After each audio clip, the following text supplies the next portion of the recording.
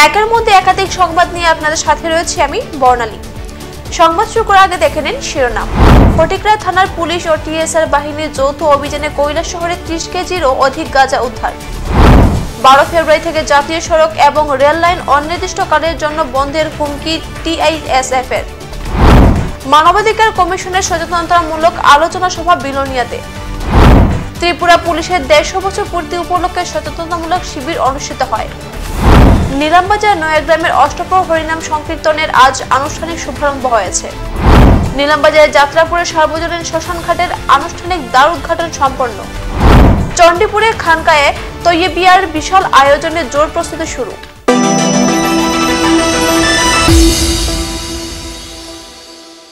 গোপন ভিত্তিতে আজ ফটিকরায় থানার পুলিশ ও টিএসআর বাহিনীর যৌথ অভিযানে কৈলাসহর কমলপুর NH 208 নম্বর বিকল্প জাতীয় সড়কের ড্যামডুম নাকা পয়েন্টে পুলিশ অভিযান চালিয়ে একটি হন্ডা i20 গাড়ির ভেতর থেকে প্রায় 30 কেজিরও অধিক শুকনো গাঁজা উদ্ধার করতে সক্ষম হয়। পুলিশ গাড়ির চালক ইসমাইল আলীকে পুলিশ আটক করতে জোর কদমে তল্লাশি চালাচ্ছে। চালকের বাড়ি আসামের চিটারকান্দি এলাকায়। জানা গেছে গাড়িটি কমলপুরের দিক থেকে ফটিকরায় হয়ে গুয়াহাটির উদ্দেশ্যে যাওয়ার পথে পুলিশের হাতে ধরা পড়ে গাড়ি সহ গাঁজা।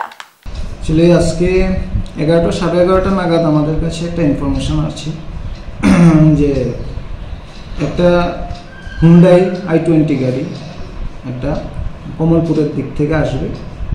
তো এটা গাঞ্জা বুঝাই থাকবে, এটা সিক্রেট চেম্বার আছে।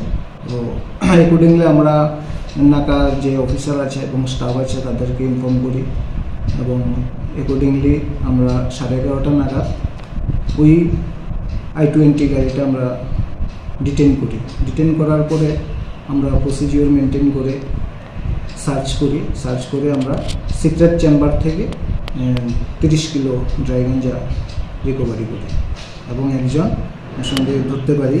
ড্রাইভারকে আমরা আটক করতে সক্ষম হই, যার নাম ইসমাইল আলী। তার বাড়ি হলো চিটাকান্দি, আসাম। বাজার মূল্য কত হবে আনুমানিক? বাজার মূল্য অ্যাপ্রক্স 3 লক্ষ টাকার কাছাকাছি। কোথা থেকে কোথায় নিয়ে যাওয়া হচ্ছিল এসব কি জানা গেছে? আমরা এখন ইনভেস্টিগেশন চলছে, তবে যতটুকু আমরা প্রিলিমিনারি ইন্টারোগেশনে পাই আসাম মানে গুয়াহাটি যাওয়ার উদ্দেশ্যে সে। যতদিন যাচ্ছে মাধ্যমিক ও উচ্চ মাধ্যমিক পরীক্ষায় কর্কট ভাষায় লিপি বিতর্ক আরো জটিল হচ্ছে। প্রায় প্রতিদিনই নতুন নতুন সংগঠন এই বিতর্কে জড়াচ্ছে। শুক্রবার বিকালে তীব্রমতা সমর্থিত ছাত্র সংগঠন টিআইএসএফ এর তরফে এক সাংবাদিক সম্মেলন করে জানানো হয়, যদি ককবরক ভাষা রোমান হরফে লেখার সুযোগ না দেওয়া হয় তাহলে আগামী 12 ফেব্রুয়ারি থেকে জাতীয় সড়ক এবং রেল লাইন অনির্দিষ্টকালের জন্য বন্ধ করে দেবে তারা। এই প্রসঙ্গে উল্লেখ্য যে ত্রিপুরা মধ্যশিক্ষা পর্ষদ ঘোষণা দিয়েছিল মাধ্যমিক এবং উচ্চ মাধ্যমিক পরীক্ষায় ত্রিপুরা রাজ্যের জনজাতিদের যে ভাষা রয়েছে ককবরক, এই ভাষার যেহেতু কোনো নিজস্ব লিপি নেই তাই বাংলা লিপিতে লিখতে হবে। কিন্তু কিছু সংগঠনের দাবি ককবরক রোমান হরফে লেখার সুযোগ দিতে হবে। Actually, we all know that yesterday also I took to the Northeast Live that we already said that we call for the indefinite strike, but there is a little bit change over there. Now we just gonna block the road blockage for indefinite because road and railway is the lifeline for any of every state. So if it stop, then what general people will suffer for their daily needs, who will not get petrol, will not get their foods, because in our Tripura there is not enough food. We all supply from the outside, so it will be affect to everyone. So it must take care of the government of the state. So that's it. It will be a strike or a road blockade only? We'll call for now indefinite road blockade. Indefinite road? Yes. Rail will also be a rail will. So ultimately, did you again try to contact the state government or only the board you have contact? What is the latest development? We several times we contact with the board and the state government also. Now it's enough for us. মানবাধিকার সুরক্ষা আইন বিষয়ক আলোচনা সভা অনুষ্ঠিত হয় ত্রিপুরা মানবাধিকার কমিশনের পক্ষ থেকে শুক্রবার দুপুর 12টা নাগাদ Belonia college square Agnibina community হলে। উপস্থিত অতিথিদের হাত দিয়ে প্রদীপ প্রজ্বলনের পর তথ্য সংস্কৃতি দপ্তরের শিল্পীদের দ্বারা সঙ্গীত পরিবেশনের পরেই শুরু হয় আলোচনা সভার কাজ। মানুষের মৌলিক অধিকার ছাড়া মানুষ বাঁচতে পারে না। প্রতিটি জনগণের অধিকারকে রক্ষা করতে 1993 সালে মানবাধিকার রক্ষা আইন ভারতীয় পার্লামেন্ট পাস হয়। মানুষের এই 4টি অধিকার যদি যে কোনো লঙ্ঘিত হয় বা অন্যায়ভাবে তার অধিকার থেকে বঞ্চিত করা হয় তাহলে তার বিরুদ্ধে ক্ষতিগ্রস্ত জনগণ ত্রিপুরা মানবাধিকার কমিশনে অভিযোগ জানাতে পারবে। মানবাধিকার কমিশন অভিযোগ লিপিবদ্ধ করে তদন্ত শুরু করে। অভিযোগ যদি সত্য প্রমাণিত হয় সরকারের কাছে অথবা দপ্তরের আধিকারিকের কাছে রিপোর্ট দিয়ে ব্যবস্থা গ্রহণের জন্য আবেদন জানায়। মানুষের অধিকারকে সুরক্ষার জন্য মানবাধিকার কমিশন সর্বদাই সচেষ্ট। মানবাধিকার হলো মানুষের মৌলিক অধিকারগুলি, যে অধিকার ছাড়া কোনো মানুষ বাঁচতে পারে না। সেই 4টা অধিকারকে মানবাধিকার হিসাবে স্বীকৃতি দেওয়া হয়েছে বা আইনে বলা হয়েছে, মানবাধিকার আইনে। সেই 4টা অধিকার হলো right to life, right to equality, right two liberty and right two dignity. এই 4টা অধিকার যদি কোনো সরকারি কর্তৃপক্ষ বা কোনো পাবলিক সার্ভেন্ট এই অধিকারগুলি থেকে মানুষকে বঞ্চিত করে অন্যায়ভাবে, তাহলে তার বিরুদ্ধে মানবাধিকার কমিশনে ক্ষতিগ্রস্ত ব্যক্তি নালিশ করতে পারে এবং ওই নালিশটা গিয়ে সরাসরিও করতে পারে, বাই পোস্ট করতে পারে, বাই মেইল করতে পারে, যে কোনো অথবা নিজে গিয়ে আমাদের কাছে মৌখিকভাবেও বলতে পারে। তখন সেটা আমরা লিপিবদ্ধ করি এবং আমাদের পদ্ধতি অনুযায়ী, আইন অনুযায়ী সেটা আমরা তদন্ত করি। তদন্তক্রমে আমরা সরকারের কাছে বা ওই আধিকারিক, যেমন যদি পুলিশের কোনো সাব ইন্সপেক্টর হয়, এসপির কাছে অথবা ডিজিপির কাছে আমরা রিপোর্ট দিতে পারি। ত্রিপুরা পুলিশের 150 বছর পূর্তি উপলক্ষে সচেতনতামূলক শিবির অনুষ্ঠিত হয় বিলোনিয়াতে। এই সচেতনতা শিবিরটি আয়োজিত হয় দক্ষিণ জেলা পুলিশ প্রশাসনের উদ্যোগে বিলোনিয়া বিকেআই শতবার্ষিকী ভবনে শুক্রবার 1টা নাগাদ। স্কুলের ছাত্রছাত্রীদের নিয়ে এই সচেতনতা সভা অনুষ্ঠিত হয়। সচেতনতামূলক শিবিরে যান দুর্ঘটনা, বাল্যবিবাহ প্রতিরোধ, সাইবার ক্রাইম ইত্যাদি বিষয়গুলো নিয়ে বিস্তারিতভাবে ছাত্রছাত্রীদের সামনে তুলে ধরেন দক্ষিণ ত্রিপুরা জেলার পুলিশ সুপার অশোক কুমার সিনহা সহ বিদ্যালয়ের শিক্ষক এবং মহকুমা পুলিশ আধিকারিক অভিজিৎ দাস। এছাড়াও যান দুর্ঘটনা এড়াতে কি কি করতে হবে এবং সাইবার ক্রাইম থেকে বাঁচতে কি করা দরকার এই বিষয়গুলো নিয়ে ছোট ছোট দুটি তথ্যচিত্রও তুলে ধরা হয় এই দিনের আয়োজন শিবিরে। নেচারিটা কোয়েশ্চন খাড়া হয় কিভাবে ত্রিপুরা পুলিশের 150 বছর পূর্তি হলো, যেখানে ত্রিপুরা 1949 সালে ভারতের সাথে যুক্ত হয়। তার আগে ভারত ব্রিটিশের হাতে পরাধীন ছিল। ত্রিপুরা একটা স্বাধীন রাজ্য ছিল, দেশ ছিল। আসলে 1872 ইংরেজিতে যখন ত্রিপুরার মহারাজা সম্ভবত বীরচন্দ্র কিশোর মাণিক্য দেববর্মন, উনি যখন ত্রিপুরা রাজা ছিলেন, তখন প্রথম ত্রিপুরায় পুলিশি ব্যবস্থা চালু করেন, যেখানে ইন্সপেক্টর, দারোগা, কনস্টেবল এরকম ব্যবস্থা ছিল এবং সিভিল কোড চালু করেছিলেন। আইন শৃঙ্খলা ব্যবস্থাকে চালু রাখার জন্য উনি প্রথমে ত্রিপুরায়, তখন রাজ আমল, সেখানে তখন তিনি প্রথম পুলিশি ব্যবস্থা চালু করেছিলেন। অল ইন্ডিয়া মহিলা কংগ্রেসের উদ্যোগে সারা দেশব্যাপী নারী ন্যায় শীর্ষক এক কর্মসূচি হাতে নেওয়া হয়েছে। দেশের অন্যান্য রাজ্যের সঙ্গে ত্রিপুরা প্রদেশ মহিলা কংগ্রেসও এই কর্মসূচিতে সামিল হবে। তার প্রস্তুতি হিসেবে শুক্রবার রাজধানী আগরতলার প্রদেশ কংগ্রেস ভবনে মহিলা কংগ্রেসের সদস্যরা তাদের এই নারী ন্যায় কর্মসূচির পোস্টার প্রদর্শন করেন। এদিনের এই কর্মসূচির নেতৃত্বে ছিলেন প্রদেশ মহিলা কংগ্রেসের সভানেত্রী সার্বাণিক ঘোষ চক্রবর্তী। তিনি বলেন, সারা দেশের সঙ্গে মহিলা কংগ্রেস রাজ্যের প্রতিটি কোনায় কোনায় এই কর্মসূচি ছড়িয়ে দেবেন।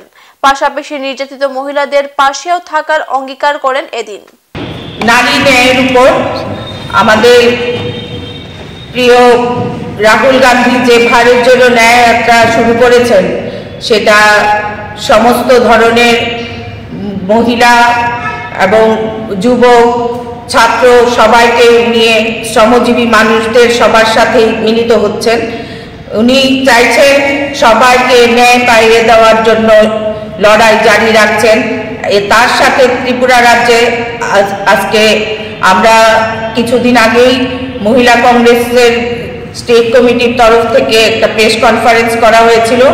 এখন আমাদের নারীদের এবং মহিলাদের পাশে থাকার অঙ্গীকার নিয়ে আমরা সমস্ত জেলায় জেলায় এই নারী ন্যায় অধিকার সবাইকে পাইয়ে দেওয়ার জন্য আমরা কর্মসূচি নিয়েছি। এটা সারা ভারতবর্ষের আমাদের অল ইন্ডিয়া মহিলা কংগ্রেস প্রেসিডেন্টের নির্দেশ অনুসারে এবং রাহুল গান্ধীজির হাতকে শক্ত করার জন্যই আমরা এই ন্যায় নারী যাত্রার সূচি হাতে নিয়েছি।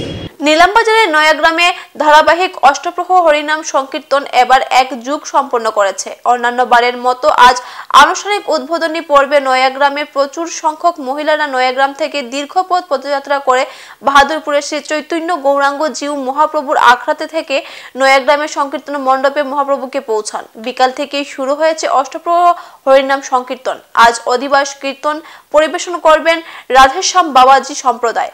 এছাড়াও বরাক উপত্যকা সহ দেশের নানা প্রান্তের নামকরা বেশ কয়েকটি কীর্তনিয়া দলকে আমন্ত্রণ করে আনা হয়েছে। নয়াগ্রামের ধারাবাহিক এই হরিনাম সংকীর্তনকে সফল ও সার্থক করে তুলতে এলাকার সনাতনীদের উপস্থিতি ও সর্বাঙ্গীন সহযোগিতা কামনা করেছেন আয়োজক কমিটি। নীলামবাজারের যাত্রাপুরের দ্বার উদ্ঘাটন হলো সার্বজনীন শ্মশান ঘাটের। দীর্ঘদিনের স্থায়ী শ্মশান ঘাটের প্রত্যাশা ঘুচল নীলামবাজার সহ যাত্রাপুরবাসীর। আজ গ্রামের সার্বজনীন শ্মশান ঘাটের দ্বার উদ্ঘাটন উপলক্ষে কালী মায়ের বিশেষ পূজার্চনার মধ্য দিয়ে গ্রামের প্রবীণ নাগরিকদের হাত ধরেই নবনির্মিত শ্মশান ঘাট গ্রামের সর্বসাধারণের জন্য উন্মুক্ত করা হয়েছে। আমরা অনেক দিনের স্বপ্ন ছিল নীলাম যাত্রাপুরে একটা শ্মশান হওয়ার জন্য। আমরা গ্রামবাসীর পক্ষ থেকে একটা শ্মশানের চুলা বানিয়েছি এবং সরকারি অনুদান থেকে আমরা একটা শেডঘর বানিয়েছি। আর আমাদের একটা কালাচাঁদের বেদিও আমরা বানিয়েছি, বিষ্ণু বেদিও বানিয়েছি। এই উপলক্ষে আজকে আমরা কালী পূজা দিচ্ছি শ্মশানে এবং আজকে সবে মহাপ্রসাদ বিতরণ হবে, সবে খাবো, আনন্দ করবো। এই নিয়ে আমার বক্তব্য শেষ করব। হাইলাকান্দি জেলার অন্তর্গত জানকীবাজার এলাকার চণ্ডীপুর প্রথম খণ্ডে আত্মশুদ্ধির প্রশিক্ষণ কেন্দ্র খানকায়ে তৈবিয়া আগামী 2 মার্চ থেকে শুরু হবে। খানকায়া মেহফিল সমাপ্তি হবে 6 মার্চ। 5 দিনের এই খানকা মেহফিলের জন্য ইতিমধ্যে প্রস্তুতি শুরু করে দিয়েছে খানকা পরিচালনা কমিটি। উত্তর পূর্ব ভারতের আমিরে শরিয়ত মৌলানা ইউসুফ আলী সাহেবের তত্ত্বাবধানে খানকার মূল কর্মসূচি পরিচালিত হবে। চণ্ডীপুর প্রথম খণ্ড জামে মসজিদে এই খানকা অনুষ্ঠিত হবে। শুক্রবার জুম্মার নামাজের পর চণ্ডীপুর জামে মসজিদে এ নিয়ে এক আলোচনা সভা অনুষ্ঠিত হয়। সভা শেষে খানকার প্যান্ডেলের বুনিয়াদ স্থাপন করা হয়। নদুয়ার বিভিন্ন স্তরের কর্মকর্তা এবং খানকা পরিচালনা কমিটির কর্মকর্তাদের সাথে নিয়ে মেহফিলের বুনিয়াদ স্থাপন করেন উত্তর পূর্ব ভারতের এমারতে শরিয়ত ও নদুয়াতে তামিরের কেন্দ্রীয় কাজী তথা এই খানকা কমিটির সভাপতি আলহাজ মৌলানা ইসলামিয়া আলী লস্কর, কার্যকরী সভাপতি মৌলানা জালাল উদ্দিন চৌধুরী, হাইলাকান্দি জেলা নদুয়ার সম্পাদক কমরুল ইসলাম। সুদীবৃন্দ, আজকে আমরা বিজ্ঞজনের উপস্থিতিতে এমারতে শরিয়া ও নদওয়াতুত তামিরের অধীনস্থ হাইলাকান্দি জেলার উত্তর হাইলাকান্দি আঞ্চলিকের ব্যবস্থাপনায় এবং জানকীবাজার জোনের ব্যবস্থাপনায় আমাদের জানকীবাজার জোনের মধ্যে একটা খানকার ব্যবস্থা নেওয়া হয়েছে। এই খানকা আমি মনে করি অন্যান্য প্রোগ্রাম থেকে একটা স্বতন্ত্র ব্যবস্থা হিসেবে থাকবে। এই খানকার মধ্যে অত্যন্ত এই দেশের বিজ্ঞ ওলামায়ে কেরাম, মুহাক্কিক ওলামায়ে কেরামদেরকে আমরা দাওয়াত দিয়েছি। ওনারা আসবেন। ওনাদের তত্ত্বাবধানে হযরত আমিরে শরীয়ত দামাত বারাকাতুহুর নির্দেশ অনুযায়ী আমাদের মধ্যে যারা উপস্থিত হবেন এই খানকায় তাদেরকে আমরা আধ্যাত্মিকতার ক্ষেত্রে বিশেষভাবে তাদেরকে আমরা জাগ্রত করব এবং তাদেরকে তাদের জীবনকে যাতে সুন্দরভাবে পরিচালিত করতে পারেন, একজন নেক মানুষ, ভালো মানুষ হতে পারেন, এর জন্য আমরা ব্যবস্থা নিয়েছি এবং তাদেরকে প্রশিক্ষণ দেওয়া হবে। এবং এই খানকাত আসার জন্য আমি সবাইকে দাওয়াত দিচ্ছি এবং আহ্বান জানাচ্ছি আপনারা সবাই যাতে এই মহৎ উদ্দেশ্যকে সফল করে তুলতে সবাই যেন সহযোগিতা সক্রিয়ভাবে করেন। এখনকার মতো বিদায় নিচ্ছি। পরবর্তী অন্যান্য সংবাদ পেতে আমাদের সাথে থাকুন। ধন্যবাদ।